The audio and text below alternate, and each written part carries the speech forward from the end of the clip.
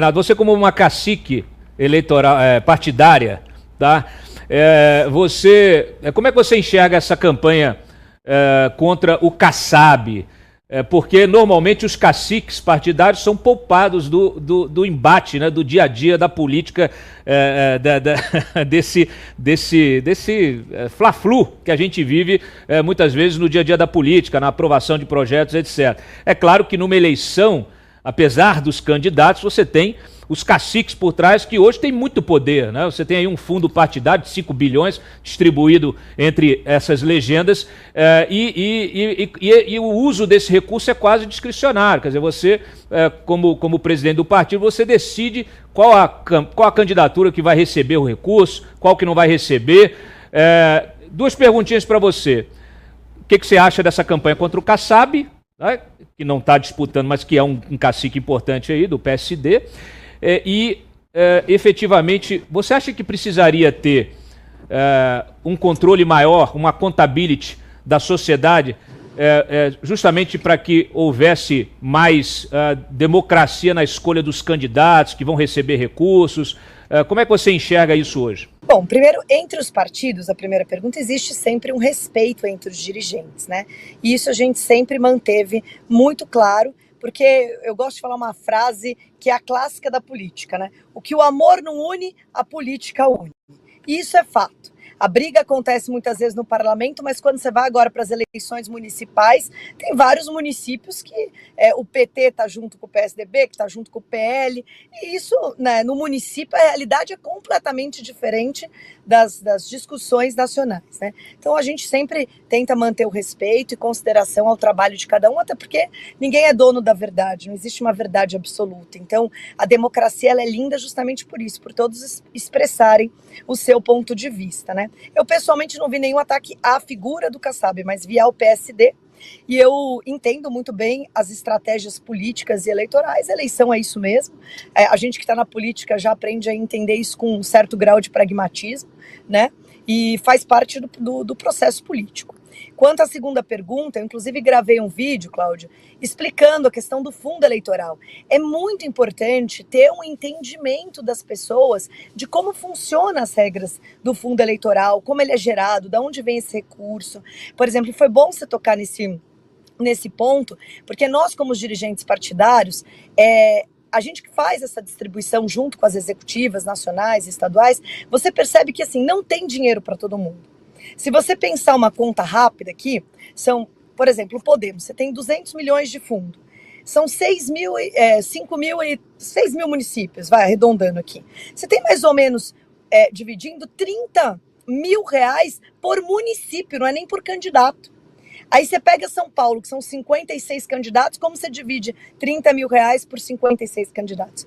Então a prática é em que pese o fundo eleitoral ser um montante de recurso alto, a gente está falando de 5 bilhões, quando você divide pelo número de candidatos, você percebe que não tem dinheiro para todo mundo.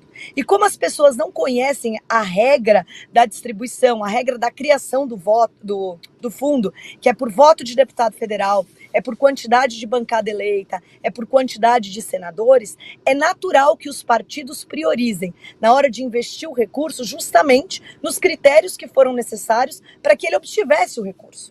Então, por que os deputados federais geralmente acabam tendo cotas de recursos no fundo eleitoral? Porque eles foram responsáveis pela geração do fundo aos partidos. Então, é um ciclo que gera.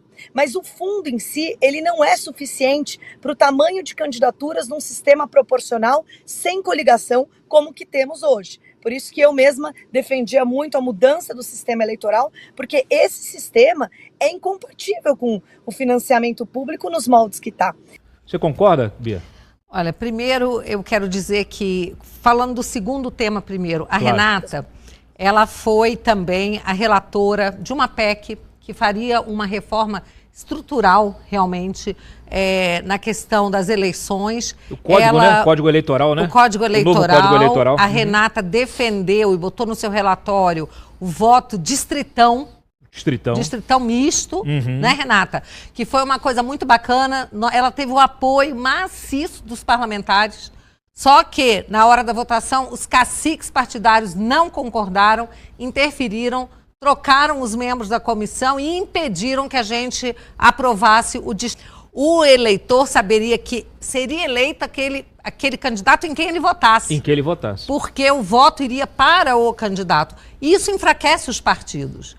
Então, os caciques partidários se uniram, como ela falou, eles se respeitam, jogam juntos. E aí, falando da primeira questão agora, da questão do PSD, do PSD, da campanha, mas eu quero lembrar também que não há um ataque, é uma estratégia de guerra, porque nós precisamos aprovar o impeachment do ministro Alexandre de Moraes, e o Kassab foi aquele que orientou, né, os seus senadores a votarem a favor daquele relatório, daquela CPI, e votaram contra tudo que foi comprovado durante a CPI dos atos do 8 de janeiro.